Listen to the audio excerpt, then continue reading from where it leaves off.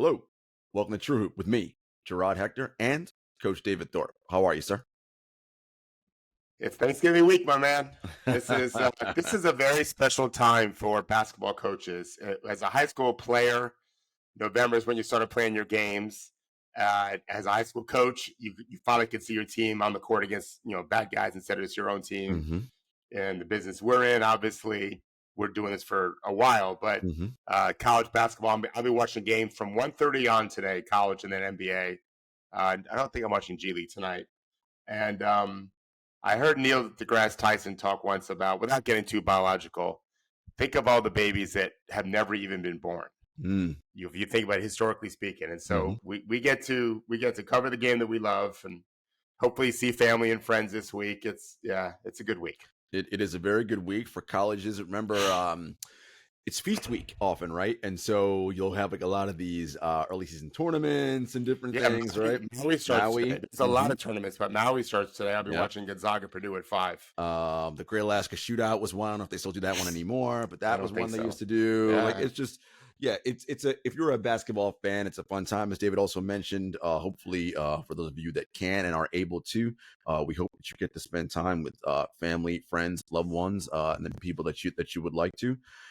Thanks again to our listeners for participating in Ask Coach Thorpe. We will be back with Ask Coach Thorpe again this week. We'll do a special episode right before the holiday. We'll do some Ask Coach Thorpe questions and some fun things that Henry, David, and I are going to do. Again, if you want to send a question in, you send it into TrueHoop at truehoop.com. That is TRUEHOOP at truehoop.com. And don't ask me questions. Well, you can ask me questions about meal prep and recipes for Thanksgiving. Just don't expect any decent answer. It's not. You can ask me any booze recipe you want. Don't ask me any football. There's no TV allowed in my house on Thanksgiving Day. There's no football at all, or anything else for that matter. But if you're welcome to ask me any basketball question you want. That's for sure. That's good stuff there, people. All right, David. A team that is, gotten my attention, a lot of people's attention. When we've talked about them a fair amount, just by nature of what they've done over the past few seasons as it relates to accumulating draft capital. But we are starting to see on the court a team that is playing very good basketball. They were in the play-in tournament last year, played well. And of course, I'm talking about the Oklahoma City Thunder. They're a phenomenal team right now. They are 9-4. They're at the top, top 4 in the West. I think they can be a top 6 team and for sure be a playoff team this year. We know Shai Gilgeous-Alexander is outstanding. I mean, he was top 5 in MVP last year. He was an All-NBA first teamer. And rookie Chet Holmgren is number 1 among all rookies in estimated plus minus. He is playing fantastic. We talked about both Jalen Williams that we liked, Cason Wallace, Chet, Josh Giddey, Isaiah Joe. There's so many awesome players on this team. And so my question, David, is how good can this team be?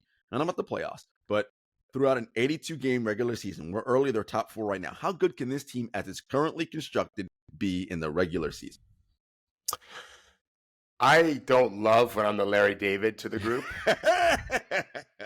Time to curb your enthusiasm. I would suggest a little curbing of the enthusiasm, yeah. Not with Shai. He's just spectacular, isn't he?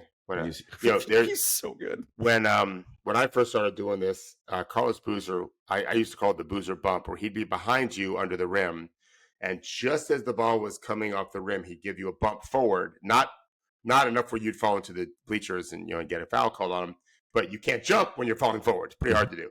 And then he would get the rebound, whatever. Shai's got the Shai bump. Everyone tries to get the Shai bump. The drive, make contact, shoot the jumper. He's extraordinary. I am not trying to curb your enthusiasm about him. The rest of the team, they're young. Yeah. I think the way you framed it is great.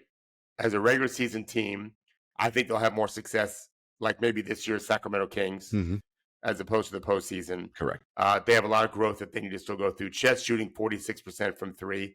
I don't think that will last. It's possible. Like with a player that special, anything's possible. I just don't think it's likely.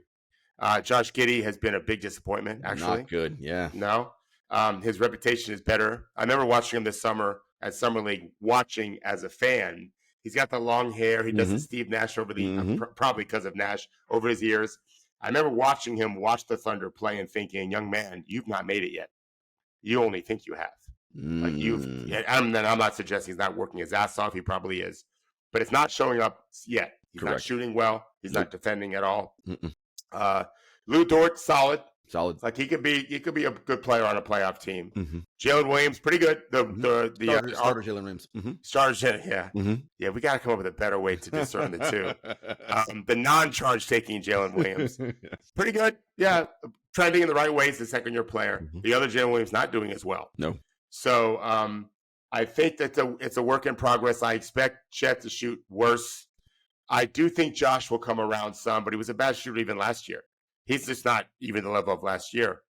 And so I could see some cold streaks coming where they can't really manufacture wins. I think they're expertly coached. Yeah. And they play a really good style for them, the 5-out drive and kick style. That's so much based on Shea. They've also been healthy. So I think I have them in the low 40s as wins. Maybe I'm off by a few. I don't know they get to 50. Yeah. Other teams got to start playing better in the bottom of the West so that more teams can't just win every game they play against bad teams. Right. But they're a team to watch them, as you mentioned, the draft pick. And this is something Henry's been talking to us about. They just have so much. I do think it's wise to get off on some and get off some of those trades, some of those draft picks, and get a better player or two for you. Yeah. And I'm sure Sam Presti's considering that all the time. Oh, without question. SGA and Chet, as I mentioned, right now through 13 games or wherever they are, about 13. Very good estimated plus minus. Starter Jalen Williams, he's plus 1 point something, so he's very good. Lou Dort's just above net neutral, like a plus 0.2. So those four guys are, good. Yeah. Giddey is almost a -4, right? Like he's been bad, and everybody else on the roster is a minus. And so, again, regular season, I think they'll be fine. The question is, though, David, and we've talked about this before, Shea isn't 21. Shea's 24, 25. So he might be like, look, guys, this is my second year, going to be all NBA first team, it looks like. I might even be better in MVP, especially if we're doing well.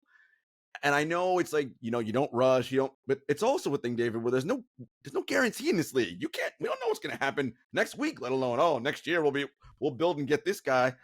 If they are on this track and they're still doing well by Christmas and they're still in that top 4, I think it's probably Presti's best move to get another star in here to be like, no, I think we can do something now. Yeah, star or not, upgrade without sacrificing too much of your future. Again, I preseason suggested a trade with Chet and Giannis. I wonder how. Milwaukee fans all thought I was an idiot, right? And they're pretty good. They're 9-4. They're pretty good. I don't think they will win a championship this year, but seeing how good Chet's doing, that'd be interesting to start a franchise over with him. Not to say OKC would have done. I have no idea. Yeah. Would you? I mean, God, Chet's playing. He looks like he could be so good. Like, but you're like, look, if you want to get someone with SGA now, Chet's your best bargaining chip, is what you're saying. Your best piece. I said that before the season. Yes. It was still a risk. You didn't really know. Now, once you start seeing some of these things play out, and I didn't think it was going to happen. I was just suggesting that it's something you should look into. We don't know yet about Chet's health. This is just because his body's it's not been good in the past. Looking like him and having a long career, we're just getting started. We're not a month into the season yet. Correct. Yeah, we're not a month in. So let's just see how things go. But I don't think maybe you trade starter Jalen Williams, if depending on who you can get for it. Yeah. Josh Giddey certainly is someone. The only thing is you hate to trade low, right, when he's not playing well. Yeah. So nothing's going to happen before December 15 anyway. Right, it's exactly. a month from a few days ago. So because that way everyone except for those who signed the extension late in the summer in this early season, everyone else is going to be eligible to be traded. So that's why you'll see more of a flurry of activity after December 15. Yeah, for sure. But guys, Oklahoma City, if you're not watching them on League Pass, you're missing out. This team is super exciting. That 5-out style they play, really good. They're connected. They're well coached, well run franchise. In every respect, pretty much, yeah. If you're an OKC fan, not for the top level talent, but it's got to remind you of the early days of KD, Russ, and Harden, right? And Ibaka and those guys. Right now, remember that team, once they started going to the playoffs, it was Western Conference Finals every year, pretty much, unless one of them was hurt. So, and NBA Finals. So you're not quite there yet, but it's got to give you some hope if you're an OKC Thunder fan about what could happen in the future. A team that's tasted a lot of championship success, but is not playing so great right now. Golden State? Yes. Is that what you're talking about? Yes. No one else had a lot of championships. Yes. They've lost 6 straight. And, it's easy to be like, look, no Draymond. Steph missed a couple games, and that's why they're losing. But, David, I think there's more to it than that. And, again, look, Steph and Draymond are great. But to be so dependent on 35-year-old plus guys, that doesn't bode well for the grind of the regular season. Now, if you tell me we get to the playoffs and everybody's magically healthy, sure, well, I'm ready to roll, but we got to get there first. And so I have some concerns about Golden State right now. Yeah, I hear you. I just when you mentioned earlier, I started looking them up a little bit. They're not shooting well. And Clay did this last year. And I haven't looked at what Clay's shooting this year, but I don't think it's good. Not great. No, he's bad. Not good. Moody's playing better. Kuminga not there yet. But year 3 for Kuminga. Yes. We've seen Scotty Barnes make a huge leap. We'll talk about that. Evan Mobley, a big leap. Not quite the same as Scotty. Jalen Suggs doing pretty well, that same class. Kuminga still has time to develop. It's early. Wiggins is kind of falling off. And he had 31 the other night, but he needs to get much better. I could not throw dirt on them. Well, no, yeah, you'd be silly too. I think that teams will shoot a little worse over the course of time. They'll shoot it better, and they'll figure some stuff out. I like Chris Paul for them. Yeah. And I like Dario Saric for them, which I did going in. They're both doing well. Chris Paul especially, but Saric is doing good. Yes. I mean, with the Warriors, David, it's the same story as it often is. The non-Stephen Curry named Warriors, which is everybody else, have not been good. Yeah. Taylor Snar's early EPMs come out. Chris Paul is the only other positive estimated plus-minus player at 1.8, and he comes off the bench. Right? Yeah. So, I mean... Maybe not for long. Exactly. And look, yes, Clay got better, but remember, you also look at it from the standpoint of where you are slotted salary-wise, right? That's a $43 million a year player. And he's not giving you $43 million a year level production. We wouldn't. And so this is a problem, right? And Kuminga and Moody, it's key for them, right? This is the time now when Steph is out for a little knick-knack or Draymond does something stupid and gets himself tossed for 5 games. That's when, okay, Kuminga and Moody, it's time now for them to be like, we can do this. We're the young guns. We've been here for 3 years now. We know the system, and it's not quite happening. Their minutes get yo-yoed a lot often. And you always say that's oxygen for these guys playing time. Yeah. And when they don't have the consistency and they're worried about, I'm going to get pulled if I make a mistake, which means you're going to make a mistake because it's baked in. I'm going to read you stats over the course of some years. I want you to guess what player this is and what stat it is, okay? Okay. So we're going to start with the 2017-18 season, and then to the last stat I give you will be from this year, okay? 44%, 40.2%, 38.5%, 41.2%, 33%. What stat and who's that for? 3-point shooting, Klay Thompson. Correct. So the worst year he had was 38.5 2 seasons ago. When after missing an entire season, right? So I'm not betting against him. No. Yeah. No. We're paying attention. We're paying attention because Curry still's got it. He still got it. It's playing excellent. And Chris Paul still got it. So other guys need to step up.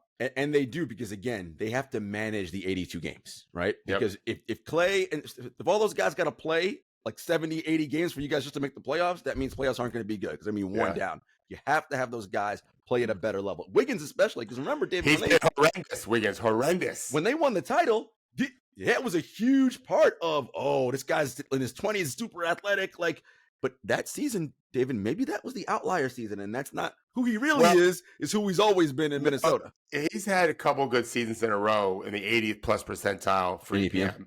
38%, 39.3, 39.6%. That's 3 straight years of improvement. If you go back the year before that in Minnesota, he's at 33.2, and then he got traded that year. Now he's down to 22%. He's in the first percentile, which means he's in the last percentile. You just have to assume he didn't forget how to shoot. Yeah. You do? I'm not saying that he's going to definitely get better, but he's likely to get better. Yes. Likely to get better. And he needs to. He needs to. Yeah, for sure. Yeah, if he's not playing at that level, this team is, it's going to be problematic for them. David, we always talk about coaches and being prisoners of the moment. And it's hard, right? Because in the heat of battle, coach isn't thinking about Wednesday's game or next week. No, we're trying to win right now, and that's what their brain is. And I was thinking about that last night.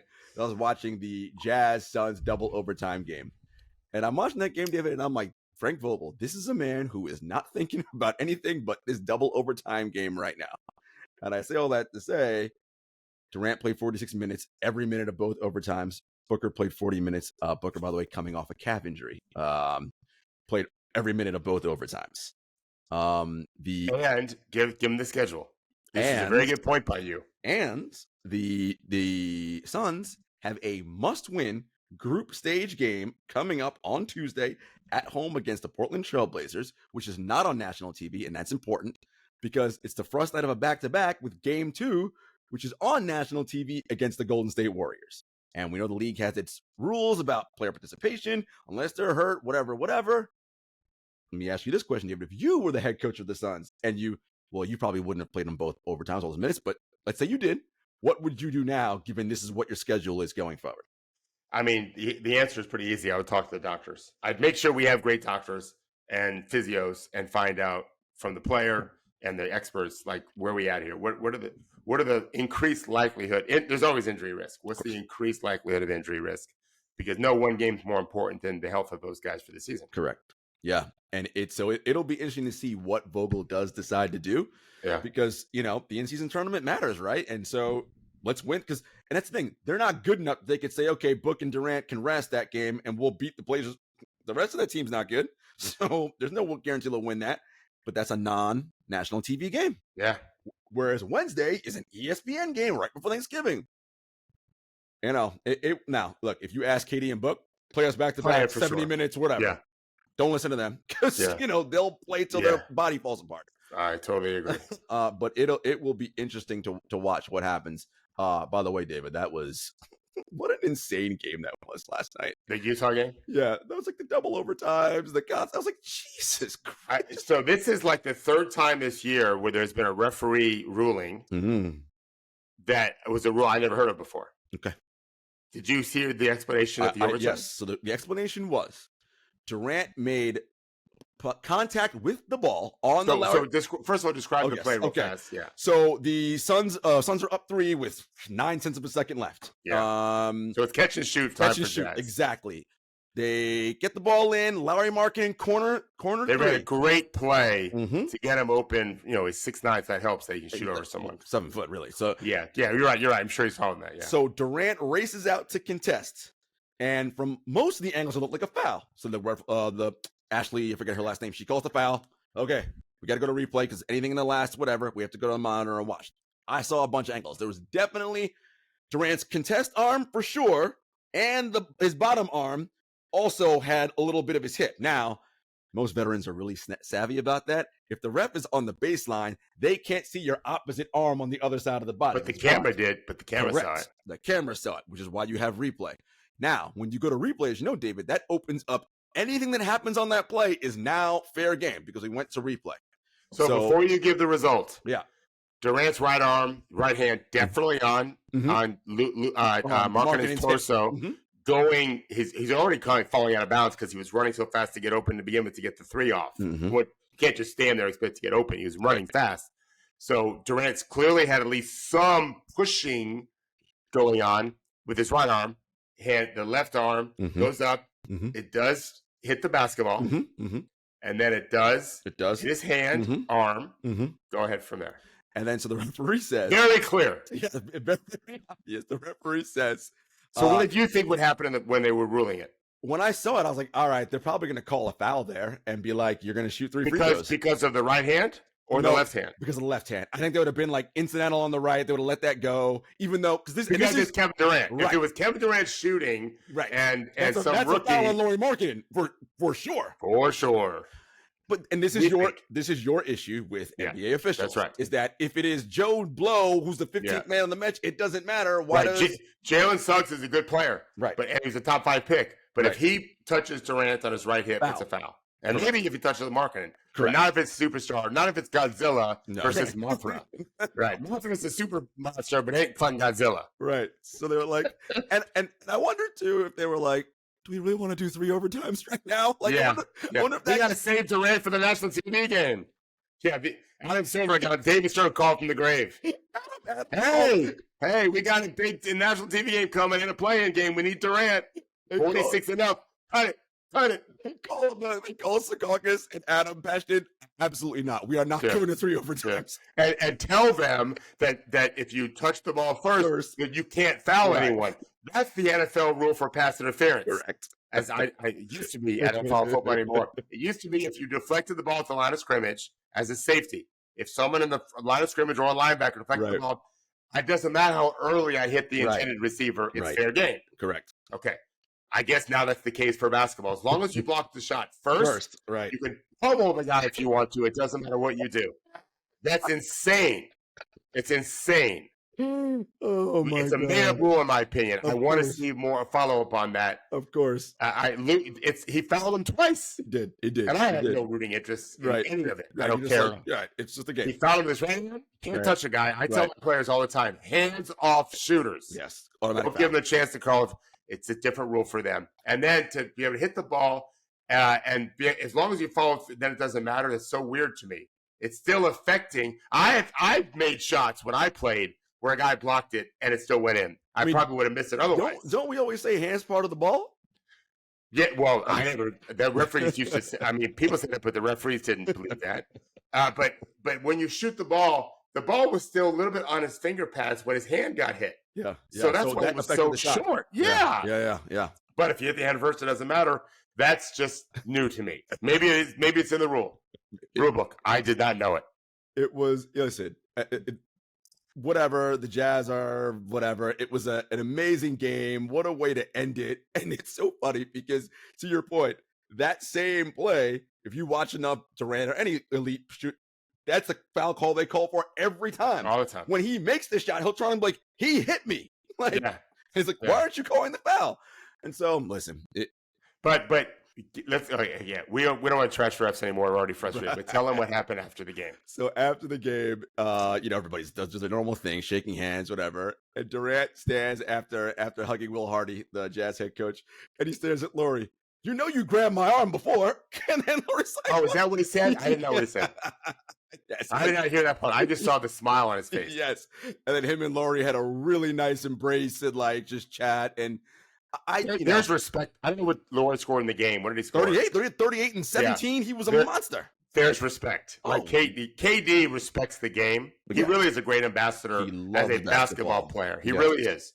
He is not aloof on the court. No. He is very approachable, and I think he just loves hoopers. He does. And he doesn't have children, but if he were to have children or nephews or whatever, and talking about the old days when the Lauri's brought up, that tall white dude, that boy can play. I could just hear Katie say he could really go. He'd give you 50 in your sleep if you're not careful. You got that right. No, it was. I think he respects him a lot. No doubt. They had a lovely embrace, and I love that about sports. And I think Markkanen was like, he was giddy. Like, Katie loves me, Katie respects me enough to talk shit to me. Whatever. Oh, man. It was a wonderful, wonderful exchange by both of them. Yeah. And I just love that about it, right? I do too. To your point, Durant's just a hooper, as the kids say, right? That's all he's doing. So to your point, he respects the game and he respects anybody who approaches the game in the way that he does, which is why he's like, Lauri, I like this, my guy. Like, that's a way to hoop. I think that almost all of the great players I've ever been associated with at any level were the same. I think it helped them become great. They didn't care what your game was like and what you looked like or where you were from if it impacted winning. Correct. Because they get it. It's about winning. The ones that just want to look cool and put up points, Mm-hmm. I just don't think they're winners. You can transform, you can change. It's always been my issue with LaMelo, and he ain't alone, by the way. by any stretch of the imagination, you're allowed to grow up. Yeah. And KD's grown up, and so is Laurie. And Yeah. I think KD gets it. Like, this guy is fucking great. No, Laurie's awesome, man. You listen, fucking great. As you know, Kevin Durant, Laurie, that's my basketball love language. Tall guys who can shoot and do awesome things on the floor. Look, the Jazz are 4-9 after that, and there was a home and home series. Which, by the way, David, I love those 2-game series where players go. Too. Because what you see is the teams actually make adjustments. Yeah. They defended very differently, the Jazz did, from game 1 to game 2, and it was clear. And I was like, ooh, this is nice. Look, the Jazz have a bright future. That 5-out style they play is fantastic. I wish the league could do way more of this, by the way. Miami's in Chicago for game 2 after kind of giving up a pretty good lead and having a 7-game win streak set, maybe 6 or 7 games. So they're playing again tonight. I wish we did that a lot more, where it was like baseball. You stay in the city, less travel. Yeah. I like the second game. It gives you a little bit better indicator of what's going to be like in the postseason. I like it a lot. No, it was a wonderful, wonderful weekend of basketball. You know, thinking about the Jazz really quick, David, and we've talked about this before. God, I just feel like Laurie's not going to be on their timeline when they're right, because I feel like he's already kind of ready to start doing some real winning now, and the rest of the Jazz, not quite. If they have enough picks and young players I don't know about young players. Picks for sure. Maybe young players where they can bring some help in. Yeah. I'm not saying Zach LaVine. I'm not saying DeMar DeRozan. Right. But better players what they have to go with that superstar in Laurie. Yeah. No, because, Laurie, look, he keeps playing like this. He's going to make an all-NBA team. I think I had him on one of mine last year. Like, I think I did too. Right there. I don't remember, but I think I did. He had an excellent season. All right, guys. We'll be back after a brief commercial break. Okay, David. Taylor Snars. Dunks and Threes website, which we use a lot here at True Hoop. The net ratings have been out for the teams ever since game 1, but we now have enough data called together for the early look at EPM. And it's still early, so the stats are still muddied. But looking at the top 15 in EPM, which I put in the document, what stands out to you? There's a couple obvious ones. Maxey's emergence is huge. Not surprising, but huge. You certainly have to talk about Chet as a rookie. Big men have a bit of an advantage in this, but you can't detract. The list is not just big men, although the top 2 are. Steph Curry being where he is. I'll have to throw out 2 others. Okay. I named Donovan Mitchell as a dark horse MVP candidate before the season started. I'm really glad to see what he's doing. Yep. And then for the one person out there who thought that Scotty Barnes could be the best player in that class, that was you. I had the head start of watching all of his games as a freshman in college, and I'm watching the Raptors play a good amount. Like, he's kind of walking the path. Yeah. And so seeing his name there, now he's shooting well. I don't know if that'll last or not, but that's helping a lot. Give him some swagger too. That's what stood out. And we shouldn't ignore that once again, Jokic and Embiid lead the world. That's not nothing. We'll get back to them in a minute. Scotty Barnes, 96th percentile on offense, 100th percentile on defense. Oh, he's a monster on defense now. And he's so long and just athletic. He plays so hard. I heard Brian Scalabrine talk about that. They play in Toronto. Yeah. And he said he just plays so much harder this year. I think the game he always used to play hard. I think it just kind of evened out, and he knows where he's supposed to be now, and he's really, really competing. Yeah. Do you think that because we love the game and it's fun, and you prefer players play with joy? Do you feel like he's okay? It's a business. I understand now what it is. I know what my role is now on this team. I want to be good. This is what I have to do, right? And it's sort of like more professional, but he hasn't quite found the balance to have fun with it. It's like, I'm going to do this hard and do it well. I saw him smile yesterday. I had not seen him smile all season. He smiled yesterday. I don't remember what happened, but it was the old Scotty smile. It's a really charismatic smile. And he's a very charismatic person and wasn't carrying himself as much. I think that with the best players in the league, Michael Jordan's talked about this before, they know they can always get theirs. Like they know it. They know how to do it now. They know how to play the game. And I mean that the way it's not just the cliche version. Yeah, they know how to play, but they know how to manipulate the game to make sure they get the numbers they need to get paid the way they need to get paid. Like that's such a gift. Most guys can't do that. Right. And I think Scotty's figuring that out. Yeah. And so making threes helps a ton because he isn't super quick. He's quick, but not super quick with the ball. He's a tall guy. And so that weaponizes him in a way he wasn't weaponized before. And the change of coaching and the change of style, they kind of gave him the team a little bit, which caused Siakam to really struggle. But now the last 6 games, Siakam's been their best player. Yep. Scotty's been their second best player, which is good. Now they got 2 instead of 1. And they both were very good yesterday. And I'll tell you an exchange that happened yesterday, which is important to recognize. They're murdering the Pistons, who are super beat up. Cade Cunningham looked better yesterday. He's not had a good year. It's a long way to go for him still. He's not. I don't think he's athletic like he used to be, and he never was a great athlete to begin with. Right. The injuries have taken their toll, and just not playing. So they're killing him. There's a hit ahead pass to Siakam, who's got pretty much an uncontested layup or dunk, and he gives it to Pirtle, who gets the finish and the and one. He didn't have to do that, but if you know Siakam's game, he always he's I think one of the 5 or 6 guys that have this long list of 27 points and 5 rebounds or 10 rebounds, 5 assists, 5 steals, whatever it is. It's some crazy stat. He's in there. But then just a few minutes later, same thing. Long pass to Scotty. I don't remember who threw it. Scotty has an uncontested layup or dunk. Pascal's racing. He gives it to Pascal for the dunk. And it kind of hit me like that's the first time I've seen it where Pascal's total unselfishness is starting to trickle down because that's how Scotty used to play. I had Corey Brewer, who's the world's fastest human on the court that you'll ever see at 6'9", always threw the pass to the big guy because he was always at it everyone. He's so fast. But if no one was back on defense, he didn't need the extra dunk. He was going to give it to a teammate, to the big guys. That's part of if you were raised right in basketball, that's in your DNA. Take care of the big men. It's harder for them to run. Yeah. Although in this day and age, they're also damn fast and agile. But it's the right way to play. Dennis Schroeder ain't making that pass. Yeah. Probably. OG, probably not. Gary Trent, definitely not. G League, no one. It's so disappointing. Not 1% of G League guys will make that pass. It's the right way to play. Basketball is jazz. If we all in rock, we all can play super loud and it sounds rock. In jazz, I've got to make sure I tone it down a notch if you're going to take it up a notch and vice versa. And it's the way it's supposed to be. I think Scotty's kind of found out, okay, I can assert myself here, here, and here. I still could play the way I always like to play in these other places. And my balance overall would be good, especially if I bring it on defense. Yeah. And that's where he and Mobley both really shine. We knew that about Mobley. Scotty was not the same defender for the first couple of years that Mobley was. That's coming. And now he's unbelievable. Blocking threes, and he's a monster on defense. Listen, they have so is OG, by the way.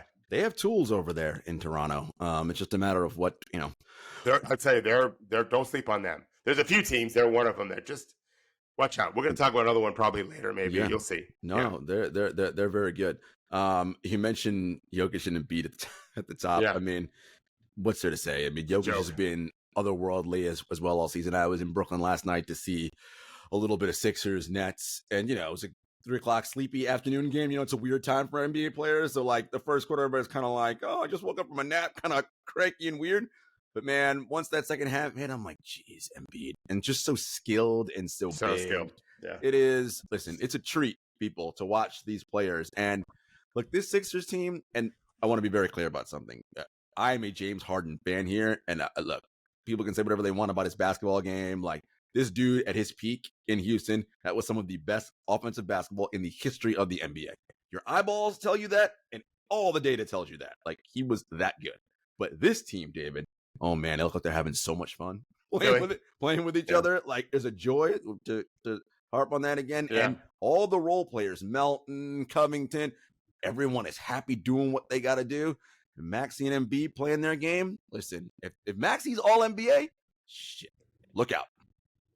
Well, look out. Anyway, I mean, they're very good. The test of all these teams is the same test it really is for anything in life.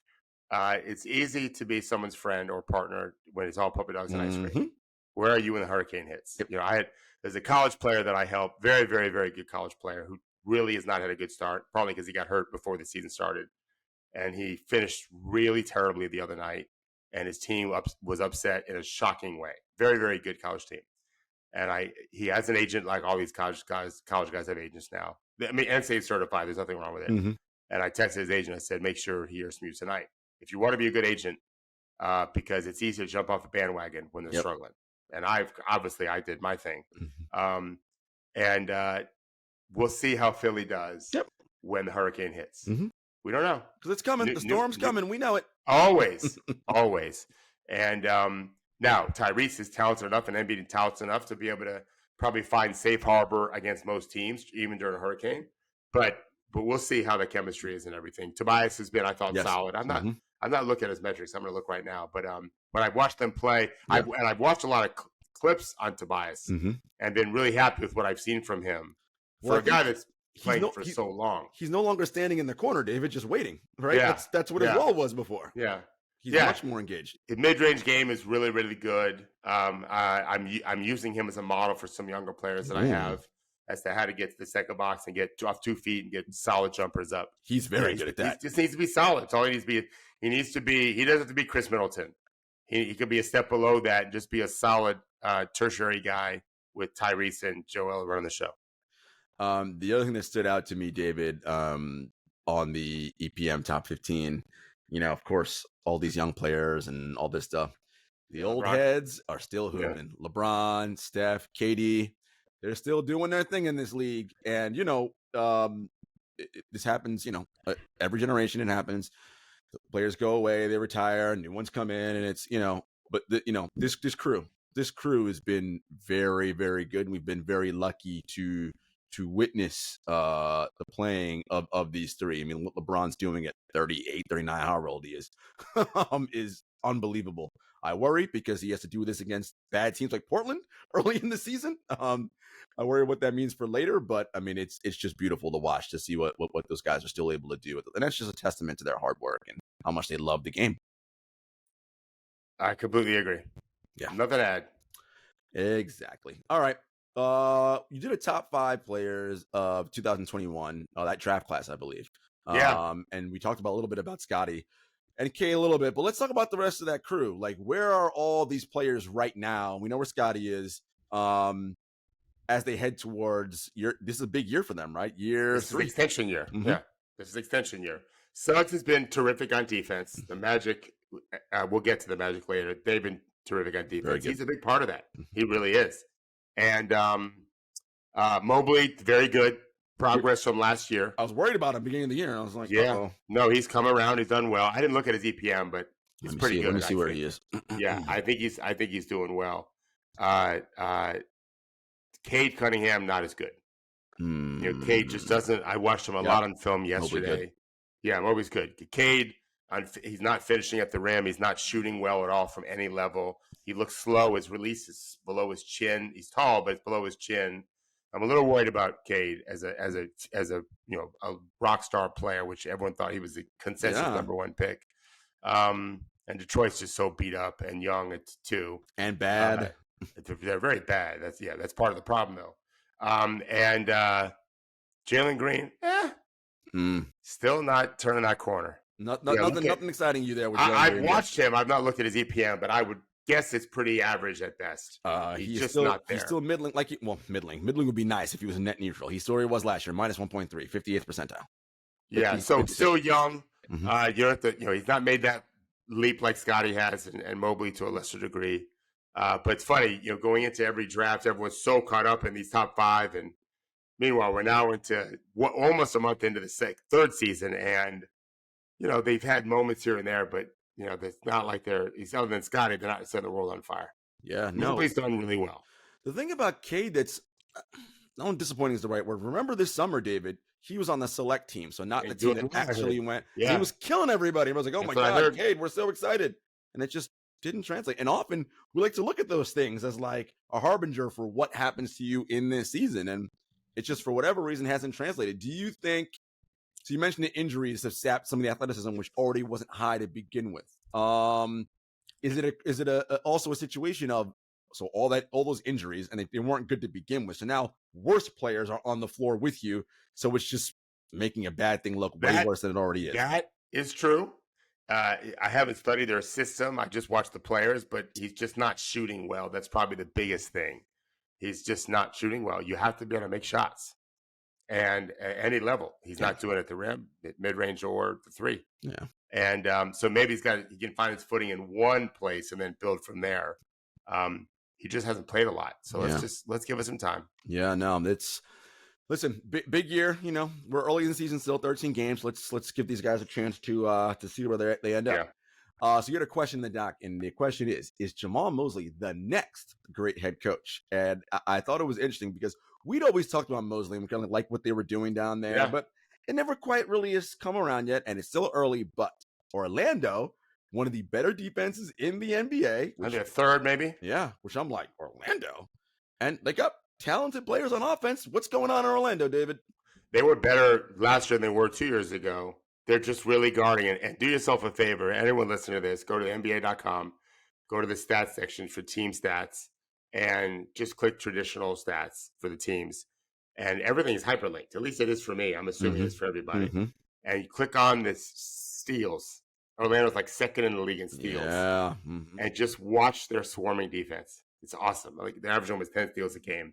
And most of those steals, not all of them, I didn't watch all of them anyway, but most of the ones I saw, maybe I saw 40 today, were not steals where one guy was just throwing a bad pass to another guy. It came from a sequence of events where Orlando defended sequence 1, 2, 3 well.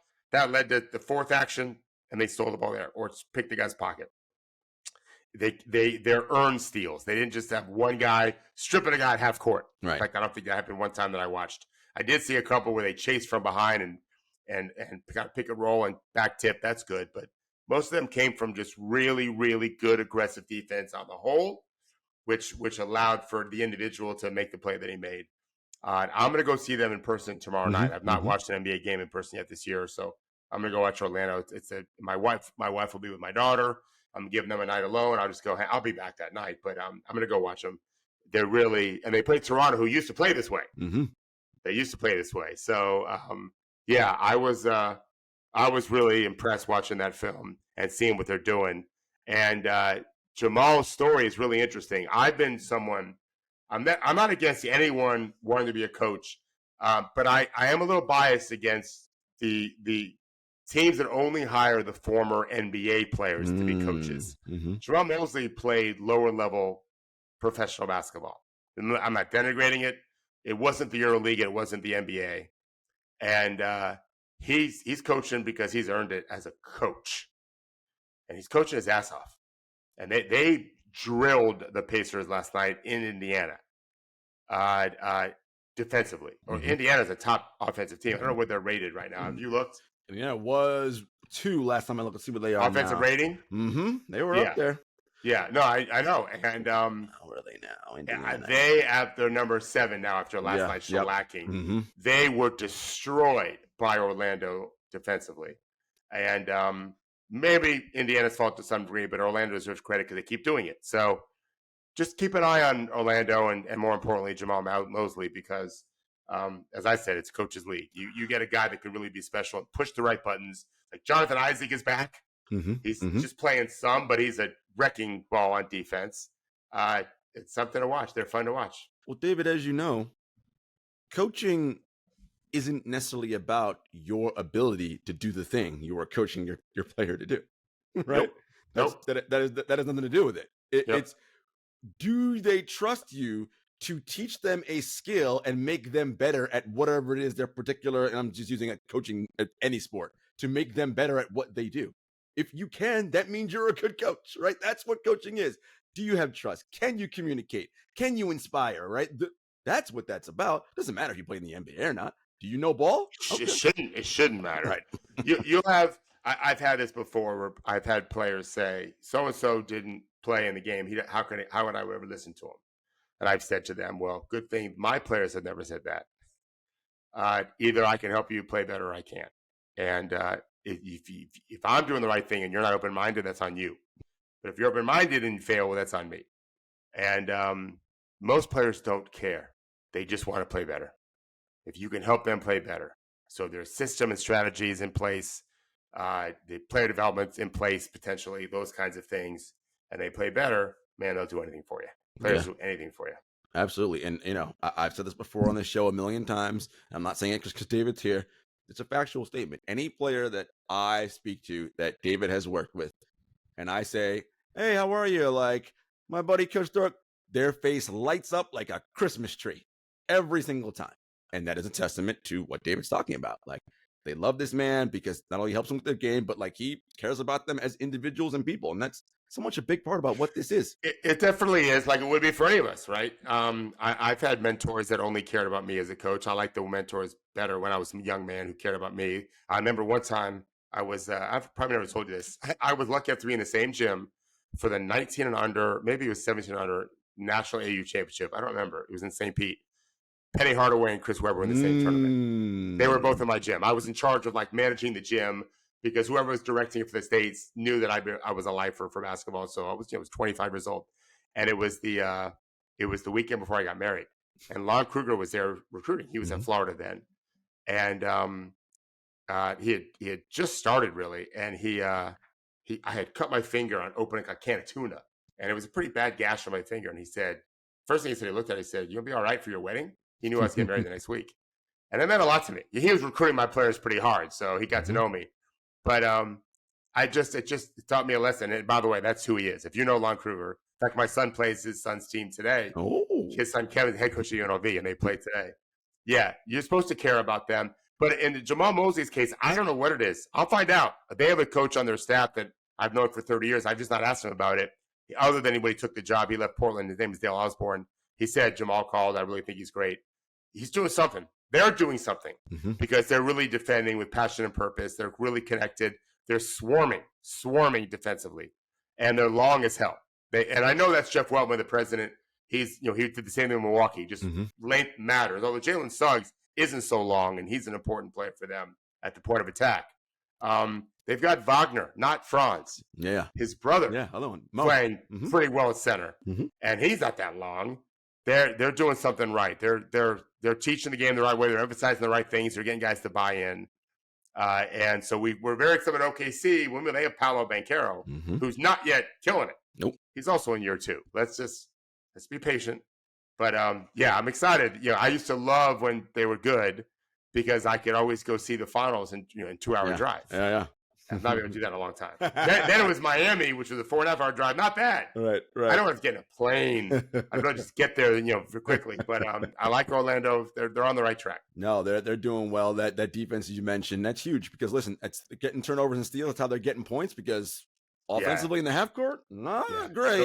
Still a challenge. Still a challenge, but good stuff we're seeing from the Orlando Magic. I saw this clip from Friday's Utah Jazz Phoenix Suns game, and it's something that you and I always talk about, David, which is you can make basketball entertaining and fun and also informative at the same time. It's not hard. It really requires minimal effort by the broadcast crew. And I was very happy that it was Ryan Rucka was the play-by-play guy, and it was RJ, Richard Jefferson, and JJ Redick. Now, it helps the three of them get along, and there's chemistry already there. Of course, that makes it much easier. But Rucka, JJ had mentioned that the Suns had run Spain pick and roll literally like 5 straight times. And Ryan just goes, well, JJ, a fan at home might be wondering, what is the difference between Spain pick and roll and regular pick and roll? And it sounded so much like Rucka was like, what is the difference? Like almost like he was like, what is the difference? And JJ's very good at this. He's explained it so simply during a free throw shooting because who cares what's happening while they're shooting free throws? And it was just brilliant. I'm like, guys, you can do this all the time. It's so easy. I don't know why they hate basketball fans so much. I don't know why. Our directors hate us because no one's watching more. I really believe no one's watching more games than me in the world. I'm not saying I'm number one. Right. I might be close. You watch a lot. I'm downloading 50, 60, 70 clips a morning, very commonly. And I do have the audio on for some of them. And I do catch 3, 4, 5 games every night. I don't know why we have to see the person sitting and talking when there's a game going on. I agree. Why we can hear him. He's not doing anything but talking. Just show us the game. I don't need to have a side screen. I definitely don't want the full screen. And I wouldn't say it's once a game, but it's more than once a week where we miss a play because the director had the camera on. He put the telecast with the camera on the player or the person, the coach who was not playing. It just drives me crazy. And then to your point, on the announcer side, it's the same thing. I don't know why they do what they do. I was talking to someone the other day about my idea of a stand-up comedian being color commentator. Yeah. And I remember I talked to someone and pretty much, connected to the NBA. I just remember who it was, who told me about a friend of theirs who's a stand-up comic. Didn't used to be, but he's now a stand-up comic. But played like college basketball. Oh, I'd be like they'd be fantastic. Yeah. Because they'd be funny. Yeah. Yeah. But the boring stuff. Enough of that. We're trying to get people to fall in love with the game. So I was very happy that Ruocco and JJ and RJ do that. Yeah. And that trio tends to do that more than most. Yeah. And it's interesting. I wonder because they often do the late games on Friday nights, and I'm like, why don't you put them in the earlier slot? They probably would do better. But anyway, maybe it's a logistical thing. I don't know. But I love that idea. I just think that you can teach the game, but it's an old school mentality, David, right? Like the way this game was sold for years was as a TV show with individual stars, right? Yeah. We need to see what Michael Jordan's doing every second of the entire time. All about the individual star, because he is what matters. David Stern, right? That was the thing, and it's like, guys, first of all, as you know, the person they're interviewing, whether it's a coach or a player, they're not saying anything insightful anyway in that clip. They're almost always saying nothing insightful. Right. So, as your point, audio, keep it on the game, and we can go from there. But anyway, kudos to Ruocco and JJ and RJ for explaining Spain pick and roll. Last thing before we go, I saw something cute over the weekend. The Stanford women's basketball team beat Duke in overtime, and Cameron Brink on Stanford had her career high 29 points. She's a highly recruited player. She's actually friends with Stephen Curry. Their families are friendly. Oh, wow. Mm-hmm. And she's a New Balance athlete. She's in a bunch of commercials and stuff. And so she scores her career high. She's coming off the court, so she's down into the tunnel of the arena, right, heading back towards her locker room. There's like a little procession line of assistant coaches and managers like, good job, Cameron, like high-fiving her, and you could tell. Like, I mean, I can only imagine the feeling you have when you've just scored your career high in OT and we won. You're on top of the world. She gets into the locker room, expecting to continue more celebrating. All her teammates are sitting down, and she's like, what's happening? And they stop, and they're like, no, we're just kidding. And they all throw water on her, and everybody gets super excited. It was like, I always joke about, nobody cares about this cheesy stuff. But you do. It's good stuff. Really good stuff. Listen, this game is so hard at every level. To be a college player, to be a pro player, you have to work so hard and study so much film and whatever, and take care of your body. And if you do it and don't get joy from it, it's really not a great life. Yeah. I'm happy to say that in most sports that I'm involved with or have watched, boys can celebrate as well as girls can. I like that. Mm-hmm. It's not feminine or masculine to celebrate. It's a good thing. We want to have fun. As a high school basketball coach, I've seen my share of girls volleyball practices because early in the season, like September, October, you have to wait for your turn. Yep. And they celebrate after every point, or they huddle. Mm-hmm. If it's a bad play, they still huddle. I like that. Yeah. We're supposed to be connecting. It's a team sport. Yes. No, it was a wonderful scene. Very cool for our teammates having a good time with her. Yeah, guys, this is supposed to be fun. That's why we do this. Yeah. All right, folks. As I mentioned, we'll be back with another episode before the holiday. If you want to get those Ask Coach Thorpe questions in, again, that is TrueHoop, TrueHoop, @ truehoop.com. And we'll get inside Coach Thorpe's big basketball brain. Until next time, everybody.